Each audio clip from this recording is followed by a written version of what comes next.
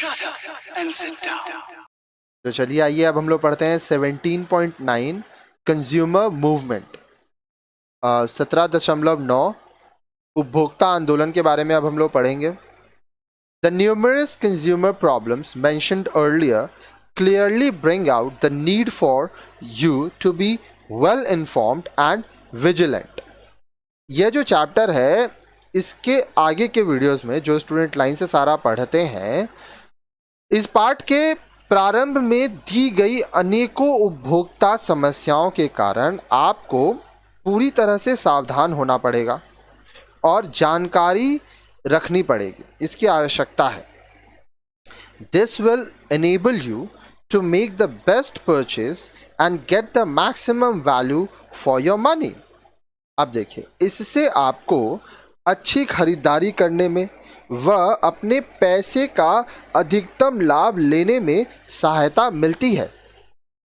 It will also discourage traders from using unfair and deceptive ways. इससे व्यापारियों की गलत व दोषपूर्ण तरीके अपनाने की प्रवृत्ति पर भी रोक लगता है। However, you or the government alone cannot protect all the consumers. लेकिन आपको ये ध्यान रखना होगा कि आप या सरकार अकेले सभी उपभोक्ताओं की सुरक्षा नहीं कर सकते।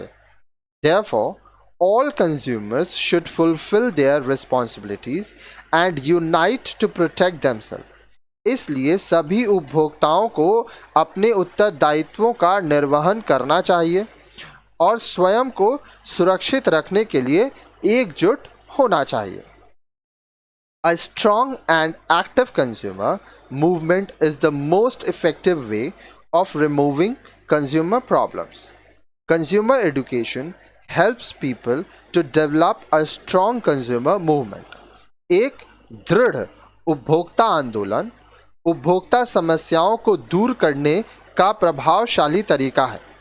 उपभोक्ता शिक्षा लोगों में सुरक्षा आंदोलन विकसित करने में सहायता करती है।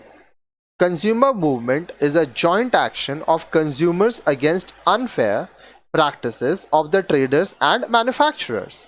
उपभोक्ता आंदोलन व्यापारियों व उत्पादकों द्वारा प्रयुक्त दोषपूर्ण तरीकों के विरुद्ध एक संयुक्त प्रयास है। अब देखिए इंपॉर्टेंस ऑफ कंज्यूमर मूवमेंट। अब ये जो आंदोलन होता है उसका महत्व क्या है? इंपॉर्टेंस ऑफ कंज्यूमर मूवमेंट, उपभोक्ता आंदोलन का महत्व। In our country where a majority of consumers are ill informed and ignorant, a strong consumer movement is required to exercise control over shopkeepers and manufacturers so that the consumers are given a fair deal. By collective actions, consumers can look after their welfare. हमारे देश में जहां अधिकांश उपभोक्ता अनजान हैं, उन्हें सूचना ही नहीं है, वहां उत्पादकों व विक्रेताओं पर नियंत्रण रखने के लिए एक सशक्त उपभोक्ता आंदोलन की आवश्यकता है ताकि उपभोक्ताओं को न्याय मिल सके। सामूहिक प्रयासों से उपभोक्ता अपनी सहायता कर सकते हैं। A consumer movement helps consumer to. अब उपभोक्ता आंदोलन उपभोक्ता को किस तरह से मदद करेगा? Be aware of their rights and responsibilities and use them regularly. उनके कर्तव्य व अधिकारों के प्रति उन्हें सचेत करेगा और वह उनका नियमित रूप से प्रयोग करेंगे। आगे देखिए, फिर बोल रहा है take actions and report cases of wrong practices to concerned authorities. It helps consumer to seek redressal and get the guilty punished. अब देखिए, उचित कार्यवाही करके और संबंधित अधिकारियों तक गलत कार्यों की शिकायत करके इससे उपभोक्ता की क्षतिपूर्ति होती है और दोषी को सजा मिलती है। क्षतिपूर्ति का मतलब क्या होता है? देखिए, आपका जो नुकसान हुआ वो नुकसान का भरपाई करना क्षतिपूर्ति होता है, इसको कंपनसेशन भी बोलते हैं। ठीक है, आगे देखिए, share information regarding new products consumer laws and schemes beneficial to them.